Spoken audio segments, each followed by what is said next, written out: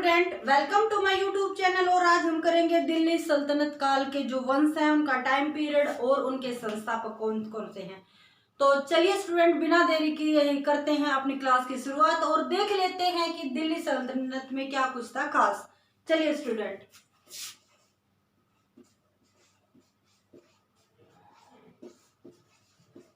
सल्तनत काल, दिल्ली सल्तनत काल की हम बात कर रहे हैं। तो देखिए स्टूडेंट, हम ट्रिक देखेंगे किसकी, वंश की, और उसके बाद हम देखेंगे इनका टाइमिंग, यानी कि समय कब से कब तक ये वंश चला था, टाइमिंग देखेंगे। फिर हम देखेंगे इनके संस्थापक, और वो भी किसके साथ है, ट्रिक के साथ। ठीक है स्टूडेंट, तो देख लेते हैं। सबसे पहली ट्रिक है, कई बार क्वेश्चन पूछा जाता है एग्जाम में कि जो दिल्ली सल्तनत काल में जो वंश आए थे उनको सीक्वेंस से लगाइए। ठीक है स्टूडेंट, तो आप पजल ना हो उसके लिए एक शॉर्ट ट्रिक है, वो देख लीजिए क्या है। गुलाब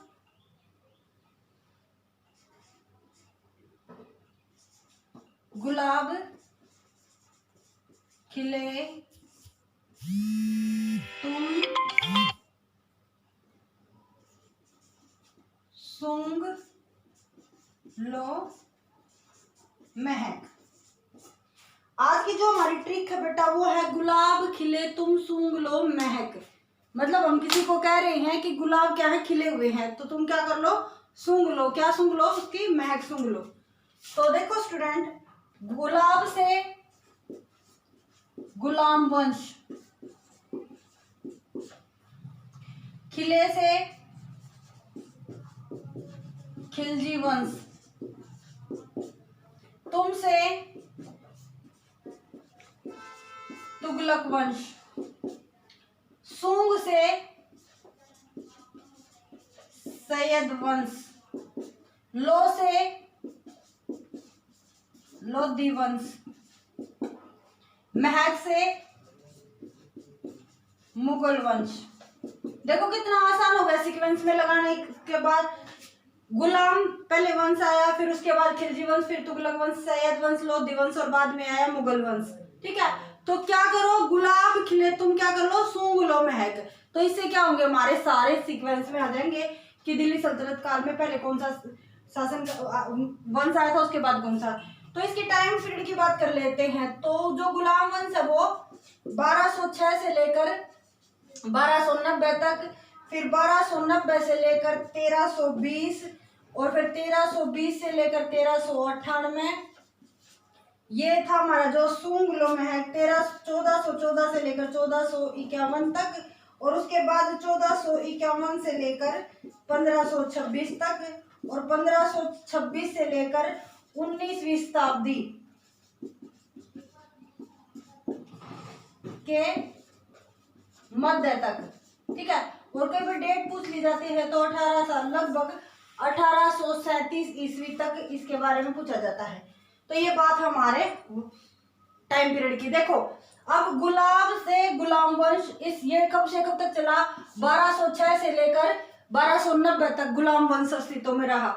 उसके बाद खिले से खिलजी वंश जो कि 1290 से लेकर 1320 तक अस्तित्व में रहा। उसके बाद तुम से तुगलक वंश और 1320 से लेकर 1398 तक अस्तित्व में रहा। सूंघ से सैयद वंश 1414 से लेकर 1451 तक यह अस्तित्व में रहा।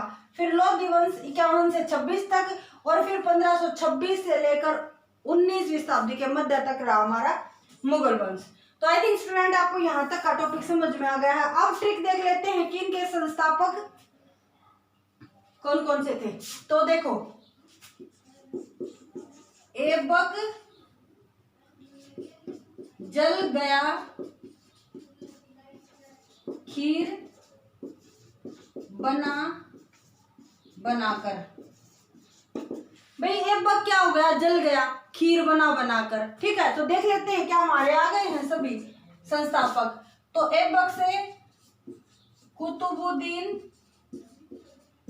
ऐबक, जल से जलालुद्दीन फिरोज खिलजी। गयासुद्दीन ये गाजी के नाम से बैठा था, ठीक है। तो गया से गयासुद्दीन, ठीक है। और खीर से खिजर खां, खिजर खां। बना से बहलोलोदी, फिर बना से बाबर, ठीक है। देखिए स्टूडेंट, ट्रिक है हमारी संस्थापक की कि कौन से वंश में कौन सा संस्थापक था किस वंश का, ठीक है।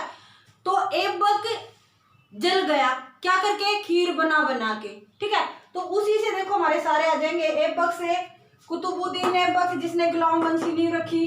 जल से जलालुद्दीन फिरोज खिलजी जिसने खिलजी वंश की नींव रखी। गया से गयासुद्दीन तुगलक जिसने तुगलक वंश की नींव रखी थी। खीर से खिजर खां जिसने सैयद वंश की नींव रखी। बना से बहलोलोदी और दूसरे बना से बाबर जिसने मुगल वंश की नींव रखी थी। तो उम्मीद करती हूँ स्टूडेंट आपको आज की ट्रिक पसंद आई है।